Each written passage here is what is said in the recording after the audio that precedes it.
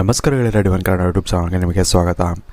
ಗೆಳೆಯರೆ, ಚಾಣಕ್ಯ ನೀತಿ ಅನ್ನೋದು ಚಾಣಕ್ಯರಿಂದ ರಚಿತವಾದಂಥ ಒಂದು ನೀತಿ ಗ್ರಂಥವಾಗಿದೆ. ಇದು ನಿಮ್ಮೆಲ್ಲರಿಗೂ ಗೊತ್ತಿರ್ಬೋದು. ಆಲ್ಮೋಸ್ಟ್ ತುಂಬ ವಿಡಿಯೋಗಳಲ್ಲಿ ನಾನು ಈಗಾಗಲೇ ನಿಮಗೆ ಹೇಳಿದ್ದೀನಿ.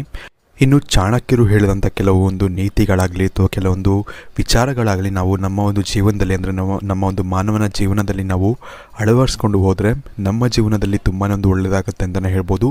ಹಾಗೆ ಸಾಕಷ್ಟು ವಿಚಾರಗಳು ನಿಮಗೆ ಸತ್ಯ ಅಂತಲೇ ಅನಿಸುತ್ತೆ. ನಿಮಗೆ ಅವರು ತುಂಬ ವಿಷಯಗಳು ಮನುಷ್ಯರ ಬಗ್ಗೆ ಆಗಲಿ ಅಥವಾ ತುಂಬ ಜನಗಳ ಬಗ್ಗೆ ಆಗಲಿ ಅವರು ತುಂಬ ವಿಷಯಗಳನ್ನ ಹೇಳಿದ್ದಾರೆ.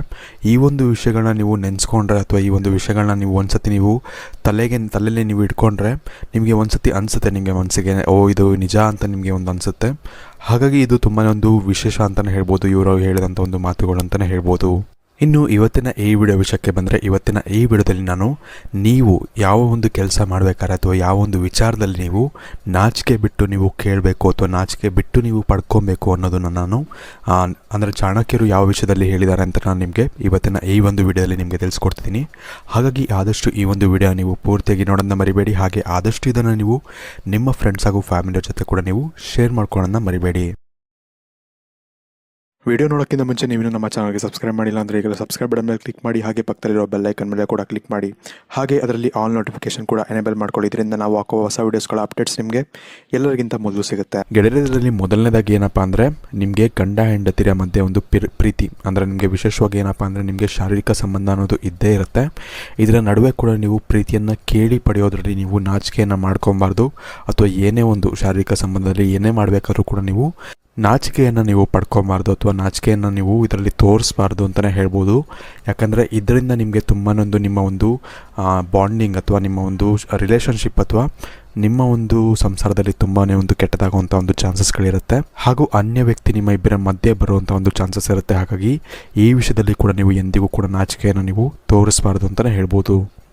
ಇನ್ನು ಎರಡನೇದಾಗಿ ನೀವು ಭೋಜನ ಅಂದರೆ ನೀವು ಊಟವನ್ನು ಮಾಡಬೇಕಾದ್ರೆ ನೀವು ಎಲ್ಲೇ ಹೋದರೂ ಕೂಡ, ಬೇರೆಯವ್ರ ಮನೆಗೆ ಹೋದ್ರಿ ಅಂದರೂ ಕೂಡ ನೀವು ನಾಚಿಕೆ ಬಿಟ್ಟು ನಿಮಗೆ ಎಷ್ಟು ಆಸೆ ಆಗುತ್ತೆ ಅಥವಾ ಎಷ್ಟು ಒಂದು ತಿನ್ನಬೇಕು ಅನಿಸುತ್ತೋ ಅಷ್ಟು ನೀವು ಚೆನ್ನಾಗಿ ನೀವು ತಿಂದರೆ ಒಳ್ಳೆಯದು ಅಂತಲೇ ಹೇಳ್ಬೋದು. ಯಾಕಂದರೆ ನೀವು ನಾಚಿಕೆ ಮಾಡ್ಕೊತಿದ್ದೀರಾ ಅಥವಾ ಕೇಳ್ದೇನೆ ಏನಾದ್ರು ನೀವು ಸುಮ್ಮನೆ ಮನಸ್ಸಲ್ಲಿ ಆಸೆ ಹುಟ್ಟಿದ್ರು ಕೂಡ, ಏನಾದ್ರು ತಿನ್ನಬೇಕು ಅಂತ ಆಸೆ ಹುಟ್ಟಿದ್ರು ಕೂಡ ಮನಸ್ಸಲ್ಲಿ ಇಟ್ಕೊಂಡು ನೀವು ಸುಮ್ಮನೆ ಕೊರಗ್ತಾ ಇದ್ದೀರಾ ಅಂದರೆ ನಿಮಗೆ ತುಂಬಾ ಒಂದು ತೊಂದರೆಗಳಾಗುತ್ತೆ. ಇದರಿಂದ ನೀವು ಅನ್ನಪೂರ್ಣೇಶ್ವರಿ ದೇವಿಗೆ ನೀವು ಅವಮಾನ ಮಾಡ್ದಂಗೆ ಆಗುತ್ತೆ ಅಂತಲೇ ಹೇಳ್ಬೋದು. ಹಾಗಾಗಿ ಈ ರೀತಿ ಕೂಡ ನೀವು ಎಂದಿಗೂ ಮಾಡದೆ ನೀವು ನಾಚಿಕೆ ಬಿಟ್ಟು ನೀವು ಊಟ ಮಾಡಬೇಕಾದ್ರೆ ಯಾವತ್ತೂ ಕೂಡ ನಾಚಿಕೆ ಬಿಟ್ಟು ನೀವು ಹಾಕಿಸ್ಕೊಂಡು ನೀವು ಹೊಟ್ಟೆ ತುಂಬ ಊಟ ಮಾಡಿದ್ರೆ ನಿಮಗೆ ತುಂಬಾ ಒಂದು ಒಳ್ಳೆಯದು ಅಂತಲೇ ಹೇಳ್ಬೋದು.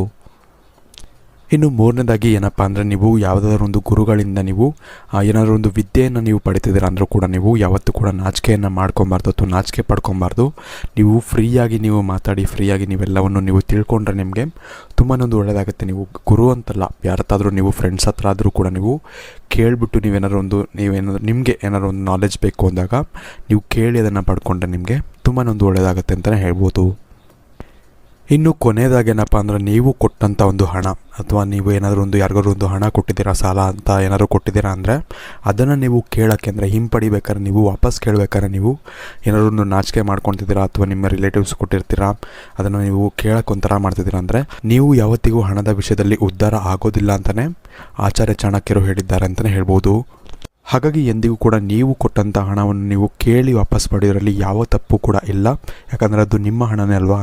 ಹಾಗಾಗಿ ನೀವು ಇದನ್ನು ಕೇಳಿ ನೀವು ಪಡ್ಕೊಂಡ್ರೆ ನಿಮಗೆ ತುಂಬಾ ಒಳ್ಳೆಯದು. ಯಾವ ರೀತಿಯಲ್ಲೂ ನಿಮಗೆ ತೊಂದರೆಗಳು ಆಗೋದಿಲ್ಲ ಅಂತಲೇ ಹೇಳ್ಬೋದು.